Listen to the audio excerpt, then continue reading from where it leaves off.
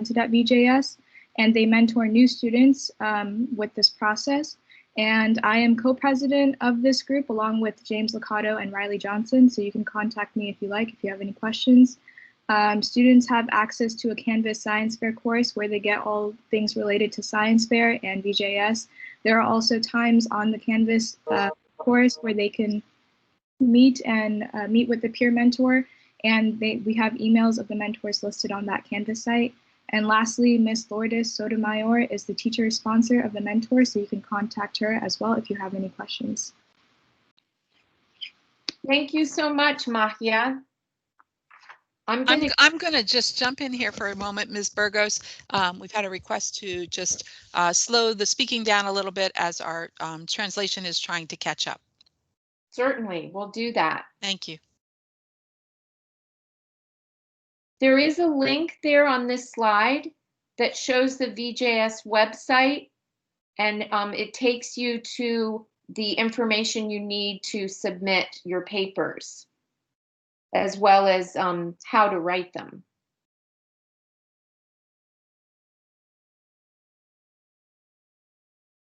I'm going to go on now to the next slide.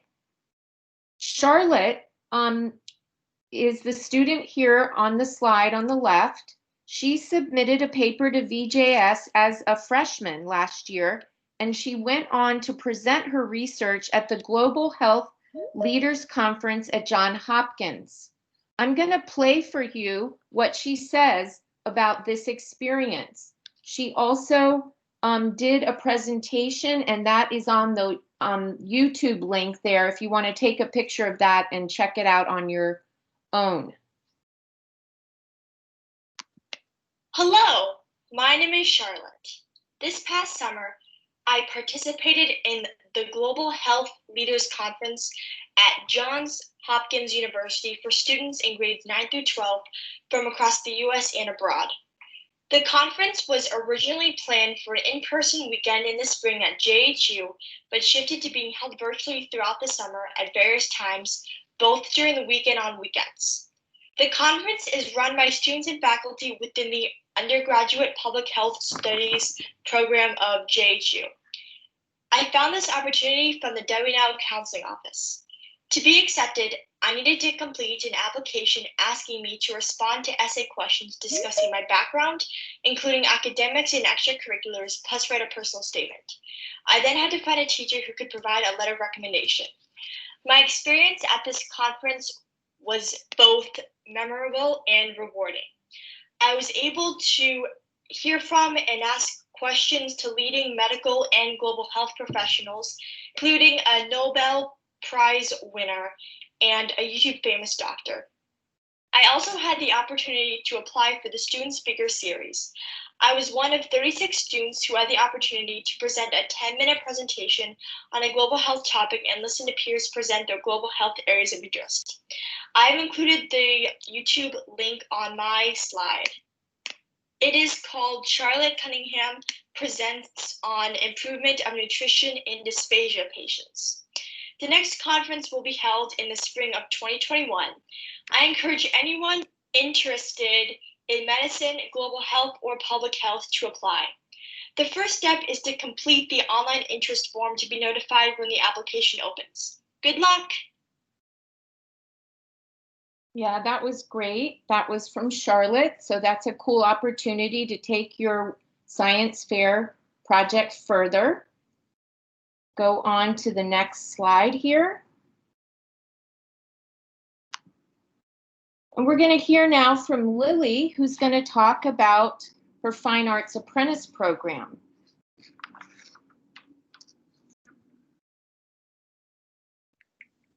Hi, I'm Lily. I'm a senior at W&L, and this is my third year in the Fine Arts Apprenticeship program. It's a year-long program for all Arlington High School students to participate in 4 main arts areas: visual arts, dance, theater, and music, which is what I'm in. So the main purpose of the group is to promote student art exploration, and the program gives students credit for pursuing arts outside of school. We get 1/2 fine arts credit on our transcripts each year. So during the year, the full group of apprentices meets a couple times for an informal group share in the fall, a group field trip in the winter, and then a more formal presentation or recital in the spring. However, between these group meetings, we each still actively engage in the arts, either on our own or through tickets to performances, master classes, and workshops that we get access to through the program, and many of them go through the Kennedy Center. I would recommend applying for any student who loves participating in the arts because it's a great community to join and meet other student artists across Arlington. Students can apply during the spring and as freshmen or sophomore year, and older students may join as well. And you apply under one of the 4 main arts areas. Thank you so much, Lily. The link to the website is there on the screen, and the coordinator that administrates that is Kelly Breedlove. Now, Samin is going to talk about the Prime Internship Program. Okay, hello everyone. My name is Samin. I'm a senior at WNL, and I will be speaking about the Prime Internship Program that I was part of this summer. It is an internship program targeted at rising juniors and who have completed at least 1 year of CTE class and will continue to a next level. It provides an opportunity to be placed as interns in professional organizations that relate to your field of interest. My field was computer science, so I was placed as an intern at Nova Web Development, which I applied through WNL. And the internship was held virtual due to COVID. It was for 3 months, and we had meetings on Sundays in the morning and Wednesdays in the afternoon. And the rest of the week, it was basically at your own pace whenever you can complete the assignment. I really enjoyed being an intern and experiencing what it feels like to be placed in a professional environment because it was my first time. And I really liked working, and by the end of the internship, I was able to create a website of what I learned. For me, that was a big accomplishment. And one thing I would say that parents and students both should know is that you must commit to the internship and plan ahead of time how to fit into your schedule since it's during the summer. And also during the interview, it's totally fine to ask questions about the timing of the internship since everyone has different timings related to their field of interest and any other questions you have because it is crucial. And more information can be found on this slide. And thank you for listening. Thank you so much, Samin. Now, we're going to go next to, this is the information from the Virginia Department of Education. These are the Governor's School programs. On the left-hand side, you have visual performing arts, which include dance, instrumental music, vocal music, theater, and visual arts. This hyperlink here is new this year. It's a place where students can apply online if you are interested. All the information is there for the visual performing arts. And then over on the right-hand side are the academic programs: agriculture, humanities, math, science, and technology, medicine, health, engineering, and marine science. And again, this hyperlink at the bottom is for applying to those academic Governor's School programs. I do want to just make a plug for agriculture because it is the one program that it takes the most applicants. So it's a treasure there. So check that one out if you're at all interested in the sciences, because it's a great program at Virginia Tech. So now Sophia is going to talk about why it's a good idea to apply to Governor's School. Thanks, Sophia, for being here. And just a reminder for all of our speakers, please take it nice and slow for our translation. Thank you. Hi, my name is Sophia, and I'm a senior at Washington Liberty. Last year, I applied to the Mathematics, Science, and Technology Governor's School program. While I wasn't able to attend due to coronavirus, I know lots of people who have, and all around, it has been a really rewarding experience for them. I wanted to attend, first of all, because Governor's School gives you the chance to participate in lots of hands-on laboratory research that you wouldn't normally get exposed to during school. Through this, you get to intensively dive into an area of interest, meet others with the same passions and future goals as you, and gain insight into what a career in your Governor's School field may look like.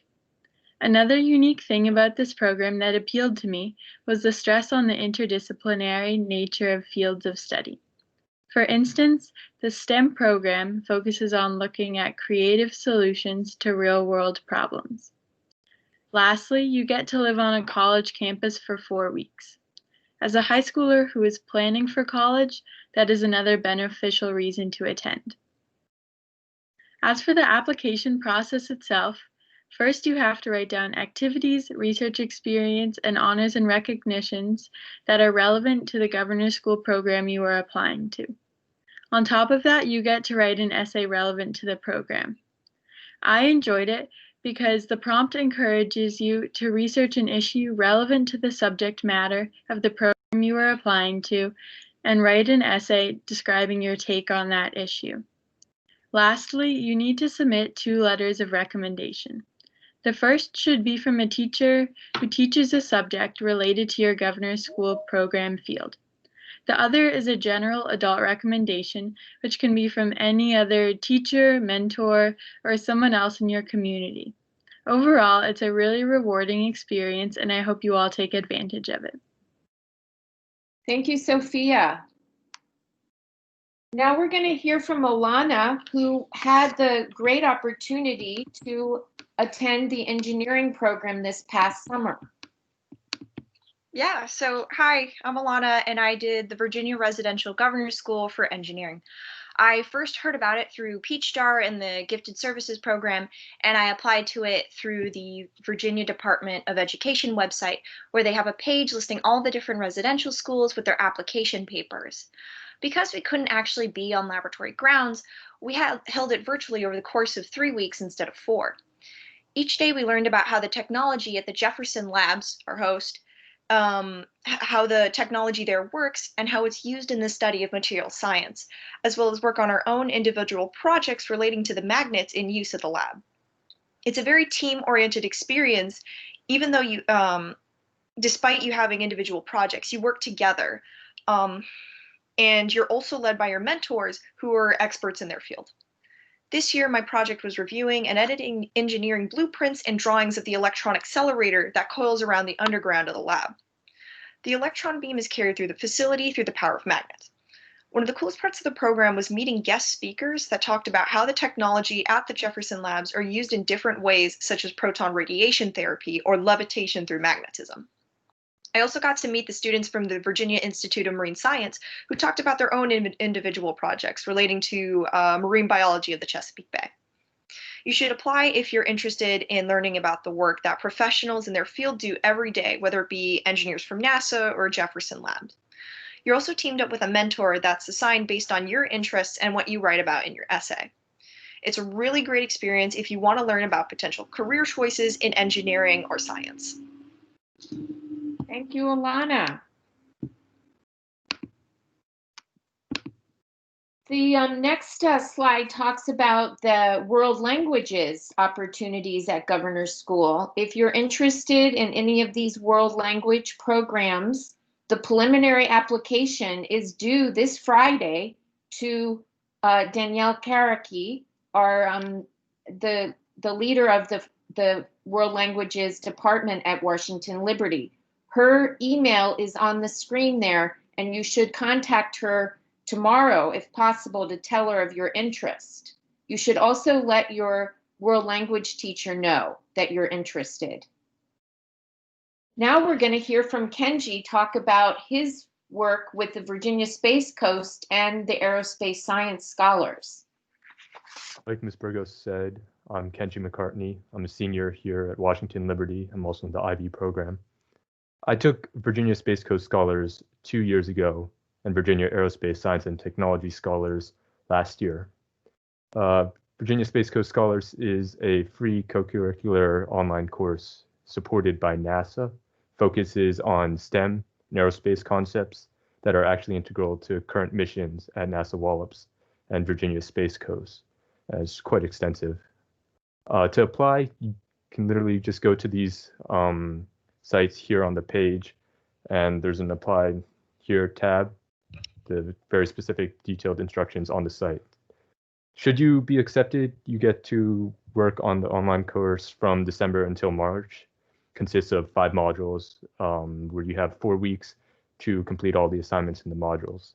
It's a pretty significant time commitment, about 3 hours a week, but it's a lot of fun. If you do well enough in the course, you get to be invited to a residential stay at NASA Wallops Flight Facility at Wallops Island. You get put in a group, you work on a mission with your group every day, all day. At the final day, you get to present to a board of subject matter experts and actual officials at NASA who work at NASA. NASA Wallops is where Northrop Grumman actually launches their rockets from. So when I went there, I got to see an Antares 230 plus rocket being assembled, which was the highlight of my entire stay. It was awesome. Unfortunately, we don't get to take pictures of that because Northrop Grumman said we couldn't. VAST, Virginia Aerospace Science and Technology Scholars, is mostly the same, except you have 8 modules and you have to submit every 2 weeks.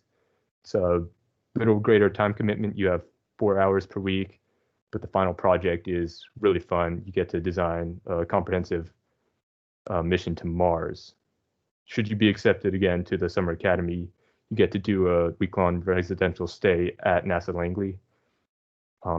And you get put in groups again. There are 5 groups, but each and every group works together to create a humongous, insanely detailed mission to Mars. A great time. I had an awesome experience doing both of these programs. Get exposed to practicalities and applications of STEM concepts that you learn in school, but often don't seem a way to attribute into the real world. You work collaboratively under significant time constraints, and it's really just a lot of fun. Thank you so much, Kenji. That sounds great.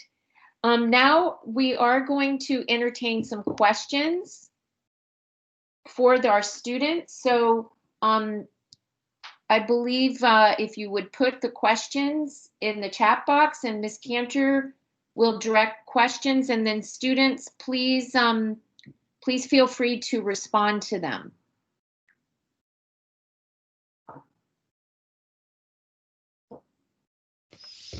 Thank you to all the students for for sharing your experiences. Right now we have a big thank you for the students, and a request for Ms. Burgos. Will the slides be available online? Yes, I'm going to be posting these on the Washington Lee Gifted Services webpage tomorrow. And that link was placed in the chat a little bit earlier. So if you check on that link that was placed early in the chat, you'll be able to find these slides tomorrow. Any questions for the students? We've got a question. Would you show the email address question about contact to Ms. Karaki for the World Language Program Governor's School. I'll put that in the chat in just a moment. Thank you for that. Thank you, Ms. Cantor. Well, if we don't have any questions for the students, then we're going to give them time to get back to their homework that I know they probably have, but a huge thank you to them. Huge thank you to Mahia, Charlotte, Lily, Samin, Sophia, Alana, and Kenji for being with us tonight and sharing your experiences. I really appreciate all your hard work and being with us. You guys are awesome. Thank you.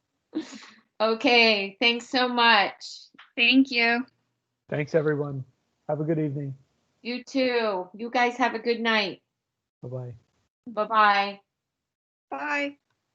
Bye-bye. Thank you, guys. Thank you. Thank you. Thank you. So for the second part of our presentation tonight, I'm going to introduce the work that I do here at Washington Liberty as the resource teacher for the gifted. And these pictures you see throughout the presentation are pictures I've taken of my work in behind the scenes supporting students and their creative and critical thinking. In this left-hand side picture, you see ninth graders participating in a Socratic seminar in our courtyard. On the right are some of our students working on an inquiry lesson, engaging in question brainstorming for their intensified chemistry course.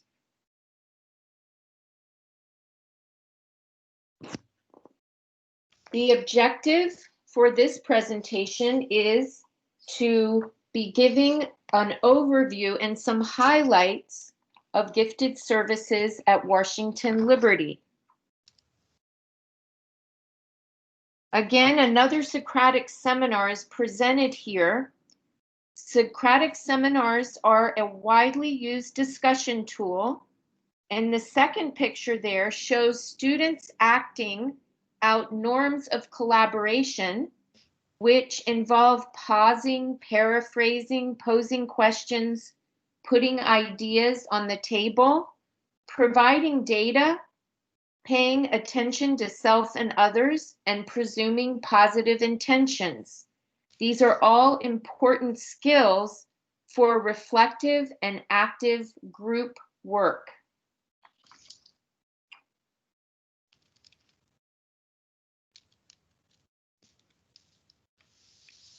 Here is a big picture version of my role and the support I give within the building. All of these jobs are a priority. I will give you a minute to read through this slide.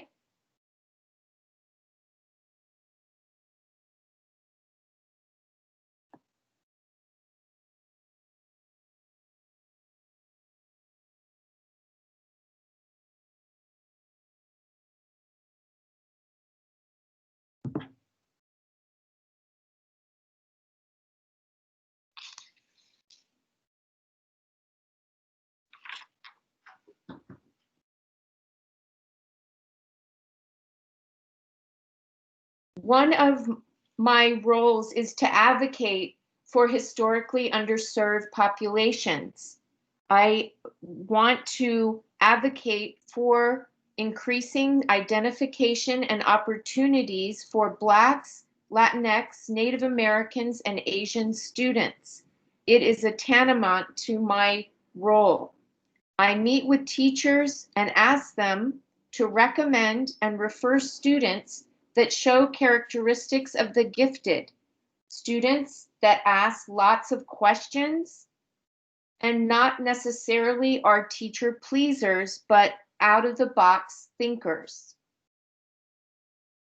Then I meet with students and ask them what are their interests and what kinds of opportunities they would pursue. I then work with them on their applications, and then I also work in their classrooms with their teachers to design lessons. I also work with twice exceptional students. These are students that have disabilities but are also identified with gifts. And I work with English language learners too. The picture at the bottom is an APS gifted program I coordinate called the Superintendent Seminar, which happens a week in the summer, and it is theme-based. I always make a concerted effort to include minority and historically underserved populations.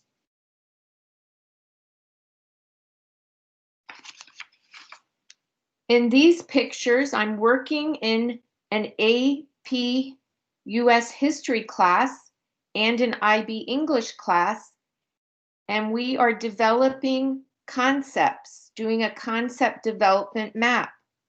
Students work in small groups to create their understanding of what a concept is and what it isn't, and then they write statements about what it mostly is true about that idea. And then they write questions about that too. This is what we call concept development, and it is using the Hilda Taba model. These students in the USVA course were working on power, and the English students were working on creativity. So things have changed since March, and our instruction is now all online, but yet there are still a lot of engaging ways to work with students. We already had an online Canvas learning management system, which we continue to use and improve our use of it. We are now using Microsoft Teams, and we continue to use Google Tools and others here, Nearpod, Peer Deck, Flipgrid, Jamboard.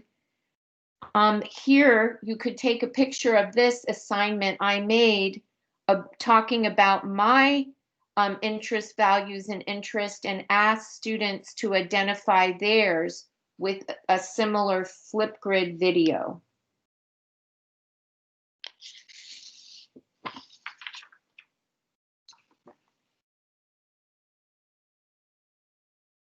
So I am still able to collaborate with teachers and students in their Microsoft Teams classrooms.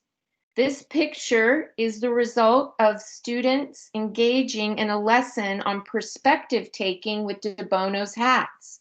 Students stepped away from their computers to create their hats and then got together to share them. You see their teacher there too.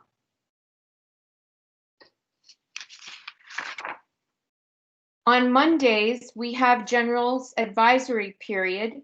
It's an opportunity for a small community of students to get together, and we work on social emotional learning. These pictures show my course homepage in Canvas.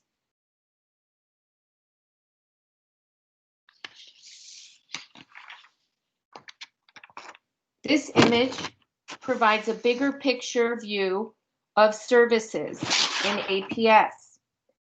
In APS, we use shared responsibility for serving gifted students. Classroom teachers have responsibility for addressing the needs of their gifted students to daily differentiate and provide high-level thinking strategies. I work in collaboration with teachers to share strategies for differentiation for students' needs. Intensified AP and IB courses are recommended to gifted students to take within reason and according to their interests.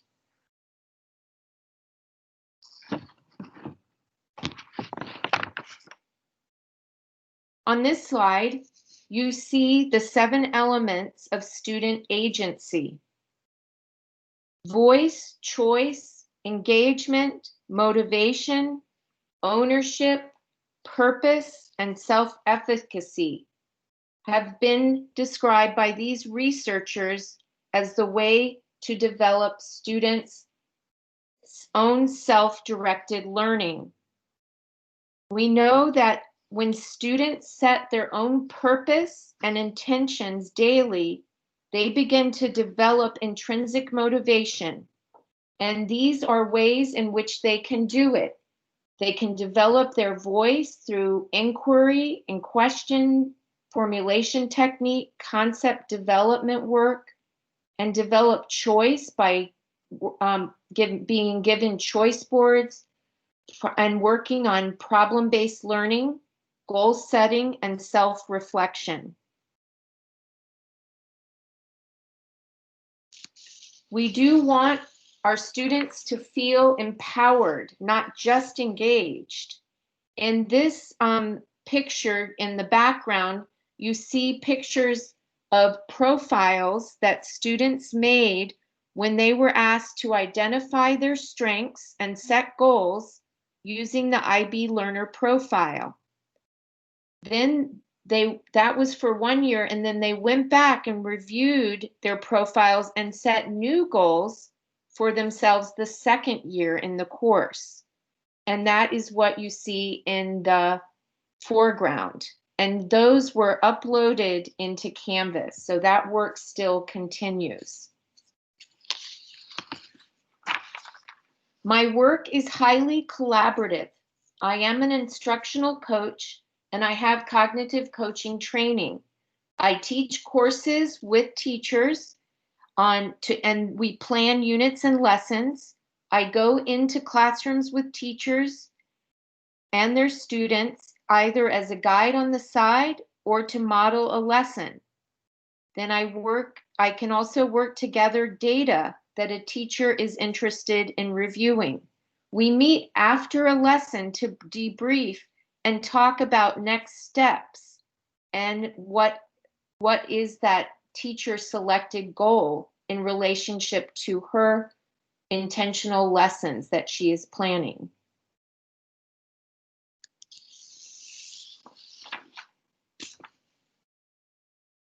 Here are a few ways that this collaboration happens. I'll give you a minute to read this slide.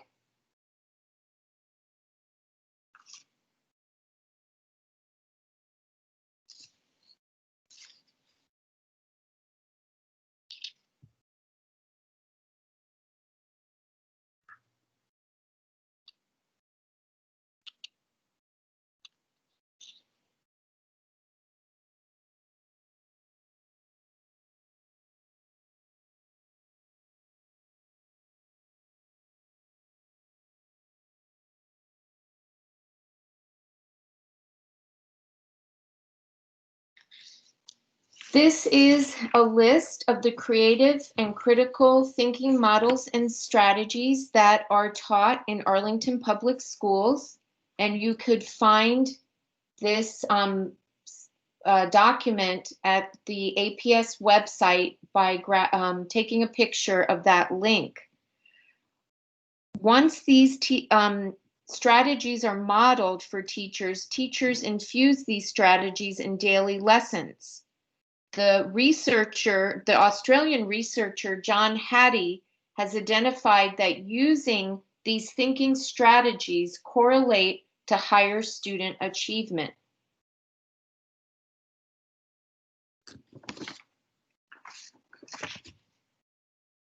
So even in this environment, we are still collaborating and participating in professional development. Together with some Washington Liberty teachers, we presented to APS teachers on a problem-based learning unit we designed together in the spring. This problem-based learning unit asks students to create a driving question about an issue raised by the pandemic and create a response to address challenges people were facing during COVID. The bottom left-hand corner is a picture of resource teachers planning the online governor school application process. And on the right is a picture of a collaboration I did with IB English teacher, Ms. Bruschwitz, and Mr. Sample, our Equity and Excellence Coordinator. We invited a guest hip hop teacher to work with us as well.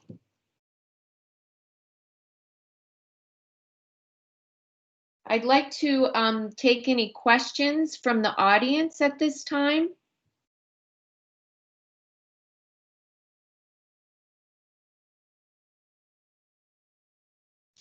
We'll see if anybody drops a question into the chat, but while we're waiting, just so you know, as we've gone through, Ms. Burgos, I've been putting into the chat the various websites and links that people can access the information that has been referenced throughout this presentation.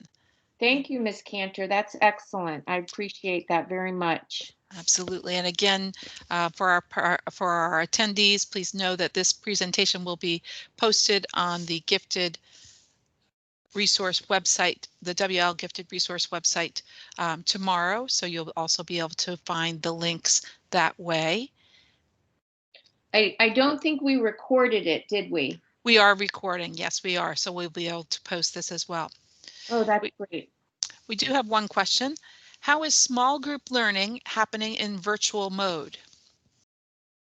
Well, that's a great question. We have in our learning management system in Canvas, we can put students into groups to do group work, and we also will be soon getting the ability to put students into small groups in the Microsoft Teams.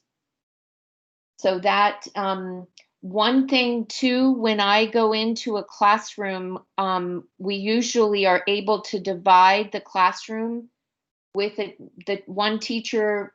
The teacher has a group and I have a group. We break out and we come back together to share what the work that we did. So, we are still working on that group work. The group work in Canvas can happen when, students get together, they can share Google Docs and work together on things like that. And that is something that some of the teachers are using too. So I think to answer your question is we're working on that and trying to improve that and I think we'll be seeing more of that happening as soon as Teams is able to be set up for that as well.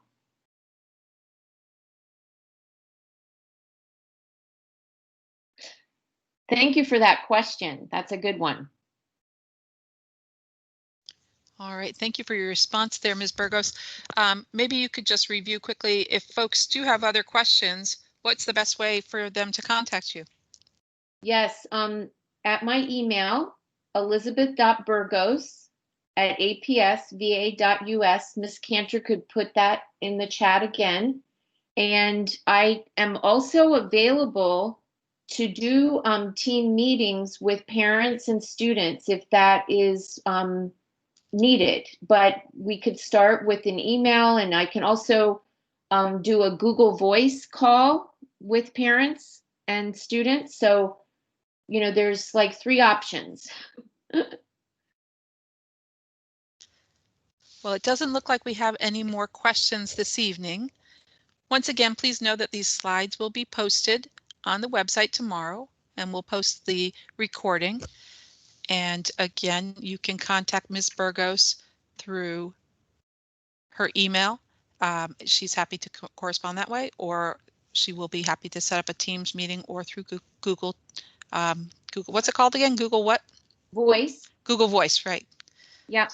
Okay. Before we finish the town hall, I just want to give a really special thank you to our translator for this evening, Julio Ricardo Basurto, and our production team, Julie Cantor and Wendy Maitland. I thank you so much for all your work tonight. I appreciate it immensely. It was a great pleasure, and I learned a great deal, so I'm very happy to be part of that, and we will all benefit from our new technology skills moving forward. So thank you for having me as well. Thank you for your time, Ms. Burgos, this evening, and thank you to you all for joining us this evening.